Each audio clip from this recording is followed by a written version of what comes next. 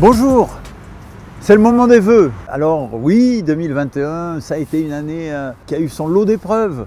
Bien sûr, c'est une année coronavirus et je voulais vous dire à la fois au nom des Agenaises et des Agenais, mais aussi de leur conseil municipal, notre sympathie par rapport à celles et ceux d'entre vous qui en ont été malades, et puis aussi saluer une nouvelle fois toutes celles et tous ceux, et d'abord nos soignants qui se sont dévoués pendant ces périodes difficiles.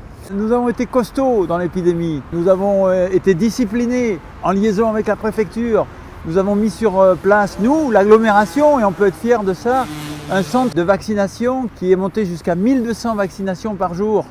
Donc nous avons fait face. Ça n'a pas été la seule épreuve. Ici, dans le quartier Jasmin, notamment, nous pensons à cette fameuse nuit du 8 septembre où on a vu Agen recevoir plus de 130 mm d'eau et certaines rues qui sont à portée de vue. Je pense à la rue des Chartiers, à la rue Béranger, qui tout d'un coup ont été inondées, nous rappelant aux duretés de notre climat et de l'évolution du climat. Et là encore, la ville a su réagir, notamment à l'événement, mais aussi sur ce qu'elle va devoir faire pour mieux se préparer à des intempéries comme ça. Après 2021, ça a été une année où il s'est passé des choses un peu exceptionnelles, surtout compte tenu du contexte Covid.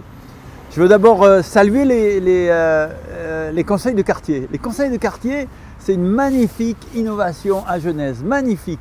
Et là, Agen a encore innové, alors qu'on était dans la 3e vague, je crois, eh bien, nous avons élu au suffrage universel, par correspondance, par Internet, nos conseillers de quartier. Nous avons enrichi notre quartier de Montanou d'une maison de santé pluridisciplinaire, Donnefort. On est mieux soigné à Montanou, à Donnefort, à Léon Blum qu'auparavant. Allez la voir, cette maison de santé pluridisciplinaire. C'est un combat pour nous de garder la qualité des soins au quotidien à Agen. Là encore, malgré le Covid, on a su faire des événements nouveaux. Pensez au Forum de la gastronomie, Innovation 2021, pensez aux rencontres philosophiques Michel Serres, toujours Innovation 2021, pensez à l'hommage enfin que nous avons rendu à Louis Ducos du Haut-Rond. C'était un beau signe de vitalité que ces événements nouveaux que nous avons su créer. Après, Agen, c'est une ville qui a continué à se transformer. Elle bouge, elle a bougé avec le chantier de l'ENAP, où notre école nationale d'administration pénitentiaire maintenant va pouvoir accueillir jusqu'à 1900 élèves en même temps. Elle a bougé aussi avec le chantier qu'on a rue Montesquieu, où on pourra accueillir dans des conditions de grande qualité de vie nos anciens. Des chantiers importants ont eu lieu sur cette année 2021. Je pense aussi à l'agglomération. Allez vous balader du côté de Brax et de Roquefort, vous verrez cette Arlésienne qui était la 2e sortie autoroutière, mais elle est là, hein, elle est en train d'être construite. Et donc bientôt vous verrez les panneaux sortis Agen Ouest qui vont faire respirer la circulation agenaise. Nous avons plaidé inlassablement à Agen, à Bordeaux, à Paris, la cause d'Agen. Nous avons essayé d'être des ambassadeurs des commerciaux d'Agen. Et notamment, je rappellerai la visite du Premier ministre, Jean Castex, le 29 juillet, qui, je crois, a permis des vraies avancées sur le financement du pont et du barreau de Caméla, et aussi sur les financements de l'hôpital Agen-Nérac, à Agen et à Nérac. Voilà, ça c'était 2021, et j'allais dire, j'ai envie de vous dire, ensemble, soyons fiers de ce qu'on a fait.